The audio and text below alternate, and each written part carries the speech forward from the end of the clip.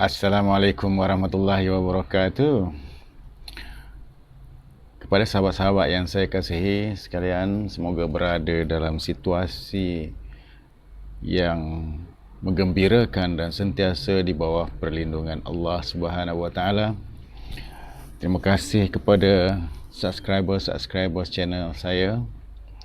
Terima kasih juga kepada penonton-penonton yang sudi menonton di channel saya, yakni channel Taslak Network Official. Hari ini saya nak membicarakan sedikit berkenaan dengan wacana orang awam menentang Wahabi.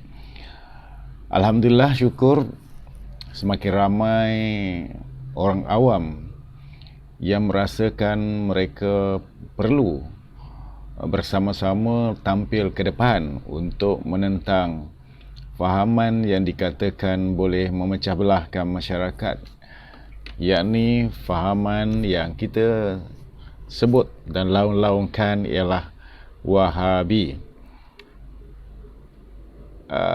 Sahabat sedia maklum, semua orang tahu apakah itu Wahabi, tidak perlu lagi kita nak huraikan kembali.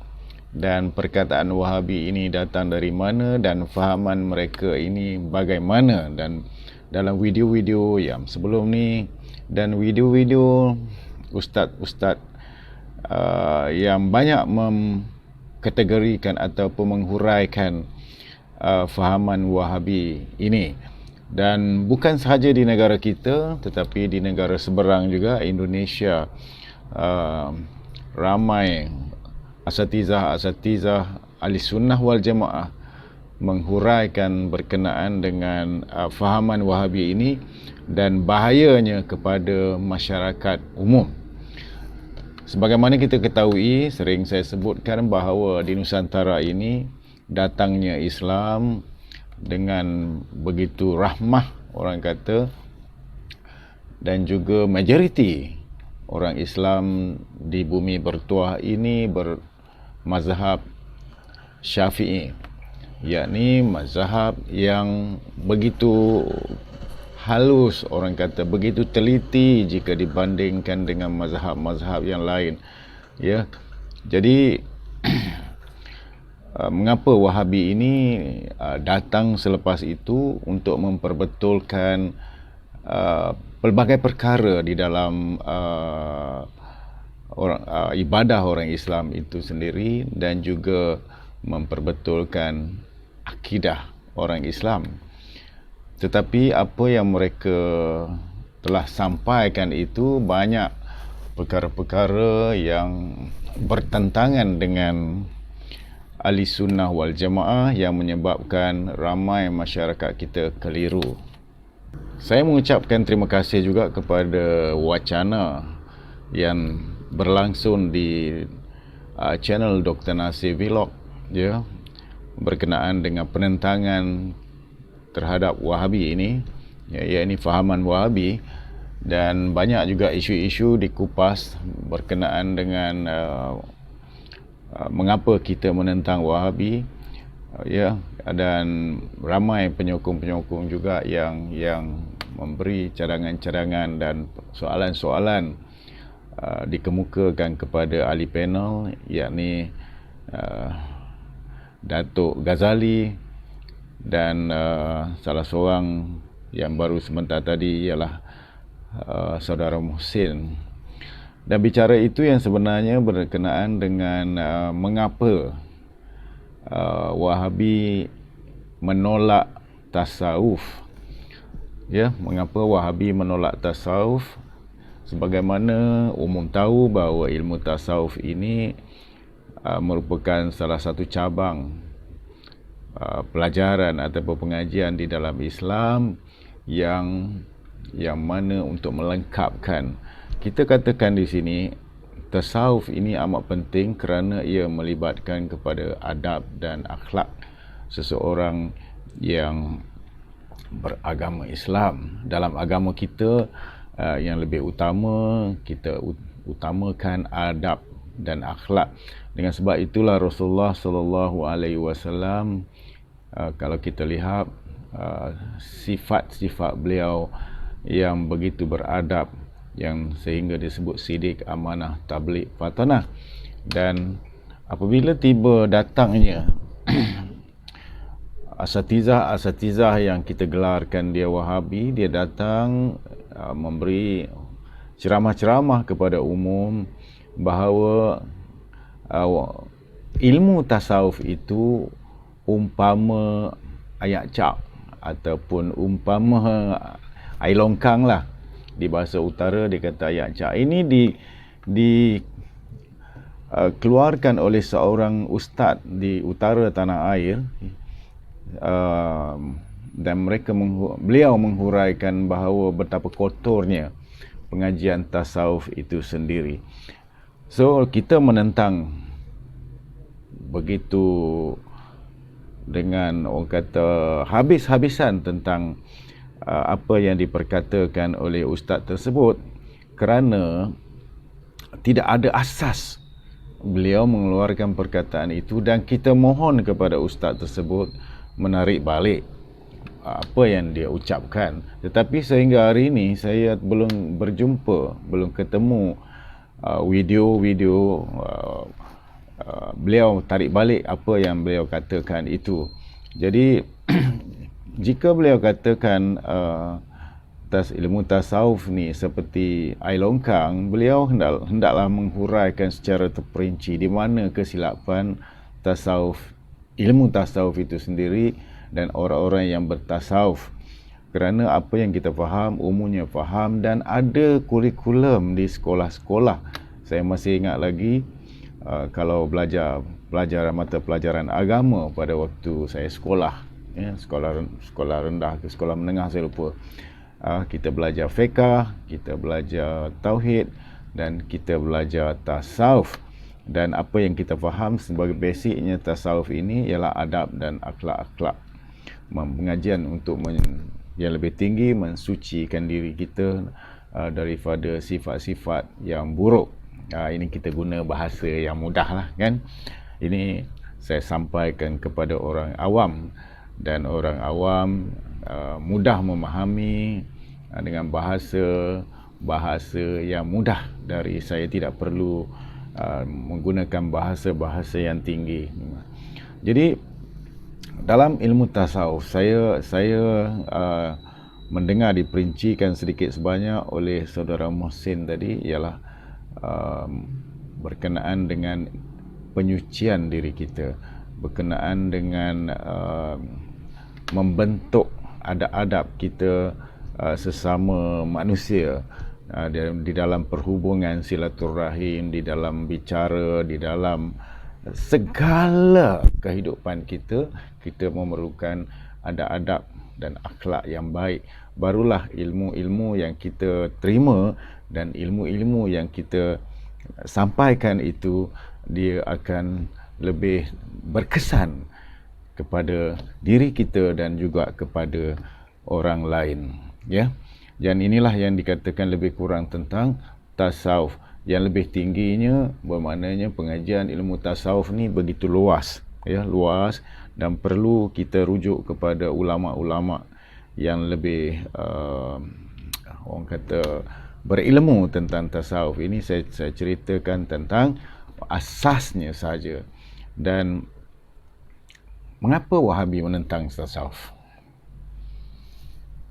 Ini satu persoalan kepada kita. Sering kita dengar mengapa golongan Wahabi menentang tasawuf, selain daripada mereka-mereka ini menentang orang kata bid'ah-bid'ah, ya, dan dalam ibadat yang banyak bid'ah-bid'ah dalam ibadat itu ditentang oleh Wahabi ini.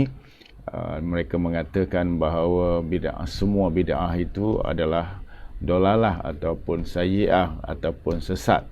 Jadi ini bermakna orang-orang yang mengamalkan bid'ah-bid'ah tersebut, ya, sebagaimana semua bid'ah lah dalam ibadah itu sesat, dan sudah pasti 95% kalau kita mengikut apa yang disebut oleh orang pihak Wahabi, bermakna 95% orang-orang Islam di Nusantara ini adalah sesat, ya.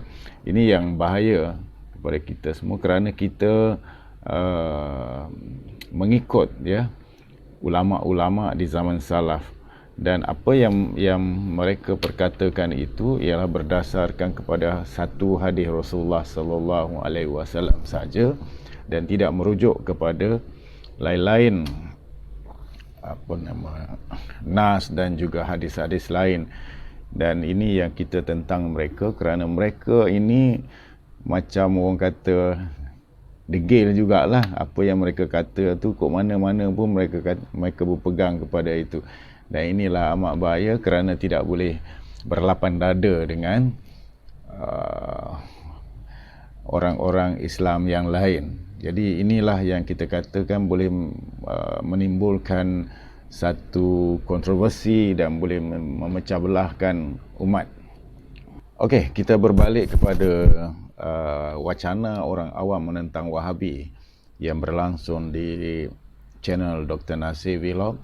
Sedikit saya nak ulaslah.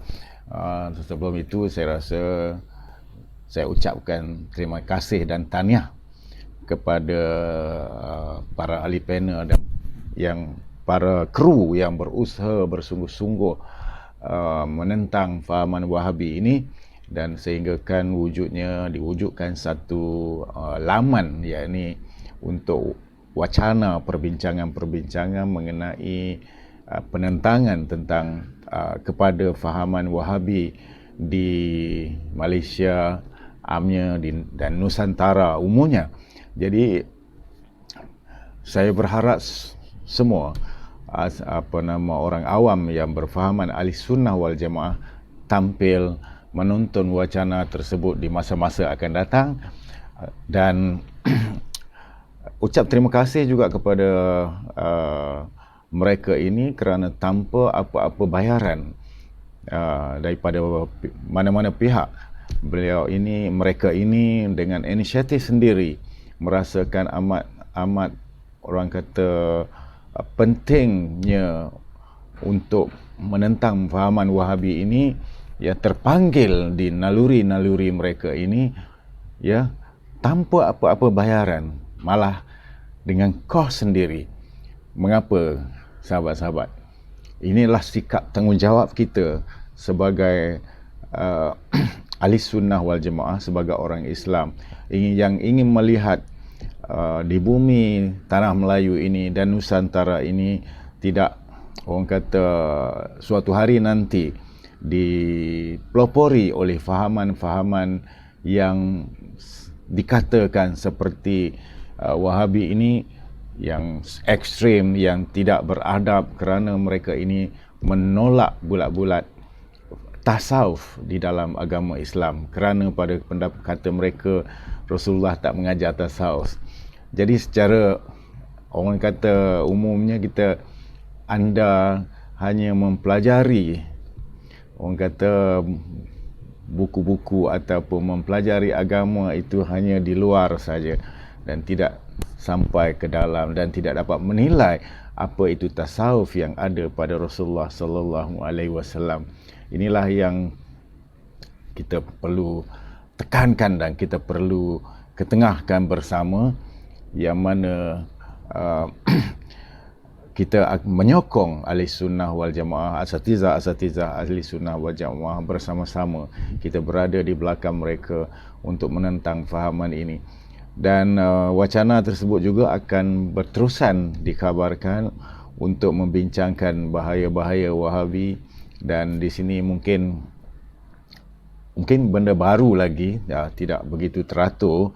Namun demikian kita menyokong, salut kepada mereka itu dengan belanja sendiri, dengan berkorban masa dan tenaga wang ringgit demi untuk menyerang satu kumpulan yang dikatakan bahawa terlampau ekstrim lah kepada masyarakat di Nusantara ini, di bumi ini, yang cuba dibawa oleh satu kumpulan ini untuk menyebarkan ke minda-minda masyarakat. Jadi dalam wacana tersebut tidak banyaklah. Yang tadi kita nampak belum ada lagi orang kata isu-isu yang panas yang kita akan yang boleh ketengahkan. Namun demikian, insya-Allah saya yakin mereka-mereka itu juga bukan calang-calang, mereka-mereka ahli panel juga berilmu yang sebenarnya, walaupun mereka itu orang awam, ya, bukan di kalangan ustaz ataupun ulama. Ya, kita perlu juga orang awam, keterlibatan orang awam ini, ya, sebagai orang kata memberi sokongan penuh kepada para ulama Ahli Sunnah wal Jamaah dalam menentang fahaman Wahabi ini. Dan kerana bahayanya Wahabi ini umum pun tahu kan. Cuma persoalan di sini ialah kita sering katakan Wahabi ini bahaya, Wahabi ini bahaya. Adakah pihak berwajib itu sendiri, adakah pihak berwajib itu sendiri boleh menyediakan ataupun menenforce sekatan-sekatan di dalam penyebaran fahaman tersebut kepada masyarakat umum? Adakah undang-undang tertentu yang sedia ada sebagaimana sekatan-sekatan, larangan-larangan ke atas ajaran-ajaran sesat di negara ini? Ya, itu persoalan kita kepada pihak berwajib, ya, mengikut akta ataupun elemen agama Islam negeri. Setelah contohnya setelah dikabarkan, ya, bahawa 9 negeri di semenanjung, di tanah Melayu ataupun di Malaysia ini telah pun memfatwakan bahawa fahaman Wahabi itu sesat. Ini saya tak pasti, saya cuma dengar dalam wacana tadi. Dan jika benar 9 negeri ini memfatwakan fahaman Wahabi ini sesat, maka langkah-langkah selanjutnya perlu diambil. Contohnya membuat enforcement ataupun menggunakan undang-undang untuk menghalang daripada fahaman ini disebarkan kepada umum kerana dia sesat. Betul tak? Jadi kalau sekadar kita memberi fatwa, membuat fatwa sesuatu itu sesat dan tanpa tindakan-tindakan lanjut, maka sama sajalah. Dia akan berlaku berterusan begitu jugalah. Tak gunalah fatwa itu. Contohnya, sebagai contoh, biasanya sesuatu fatwa akan disusuli dengan undang-undang ataupun penguatkuasaan terhadap undang-undang itu. Contohnya, ajaran-ajaran sesat di negara ini, apabila Jabatan Agama ataupun Mufti mengeluarkan fatwa fahaman itu sesat, maka pihak penguatkuasa agama akan pergi menyiasat dan menangkap orang-orang yang mengamalkan ajaran tersebut dan dilarang sama sekali untuk disebarkan kepada umum. Dan bagaimana pula dengan Wahabi ini? Ini pertanyaan saya kepada pihak berwajib. Dan ini, so apapun channel video kali ini, saya cuma untuk mengucapkan tahniah dan syabas kepada ruangan ataupun channel Dr. Nasir Vlog yang membuka wacana awam untuk menentang Wahabi. Ya, ini terbaik bagi orang kata membuka mata pihak berkuasa, membuka mata pihak agamawan bahawa kita orang awam juga orang kata ambil peduli mengenai bahayanya Wahabi kepada masyarakat kita di masa-masa akan datang.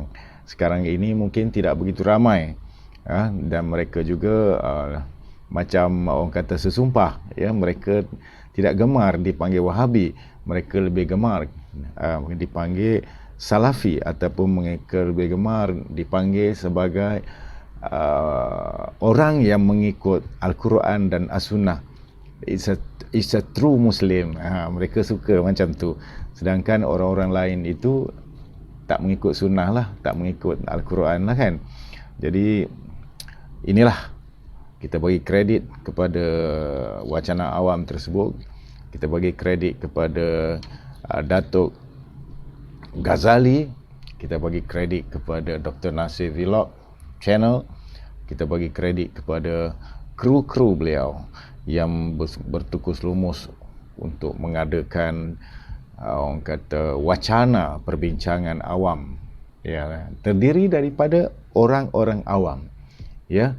Dia tak panggil, tak jemput ustaz-ustaz yang famous tu, ya. Dia jemput orang awam saja yang sama-sama berbincang dan mengeluarkan pandangan masing-masing bagaimana, kenapa dan mengapa. So Wahabi ini bahaya kepada masyarakat, dan juga satu lagi yang disebut ialah fahaman batiniah yang terpesong, ya, fahaman makrifat yang terpesong. Jadi bukan semua fahaman makrifat itu hanya dikhususkan kepada yang terpesong. Okey, sahabat-sahabat, itu saja pada hari ini, pada channel kali ini.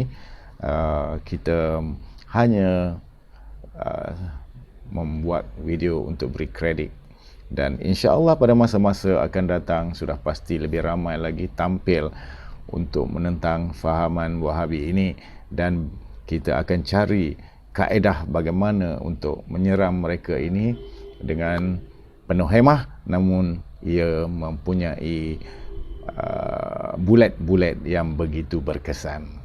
Inilah, semoga rakan-rakan semua di dalam orang kata yang menyokong kita untuk menentang fahaman Wahabi ini, marilah kita berdiri teguh dan marilah kita berdoa semoga Allah Subhanahu Wa Taala merestui niat-niat kita ini, dan jika benar Wahabi itu adalah benar, maka mohon Allah tunjukkan kepada kita, dan jika benar Wahabi itu adalah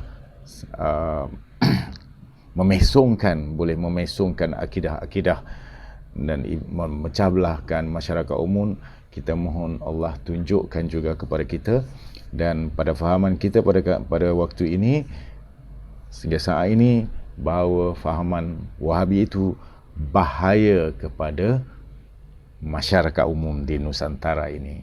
Okey, sahabat-sahabat, jangan lupa like, share, dan jangan lupa juga subscribe channel saya, memberi galakan kepada saya untuk membuat video kepada umum, kepada orang awam tentang penentangan kita semua kepada fahaman Wahabi yang berbahaya kepada masyarakat kita. Ayo subscribe. Bye bye. Wassalamualaikum warahmatullahi wabarakatuh.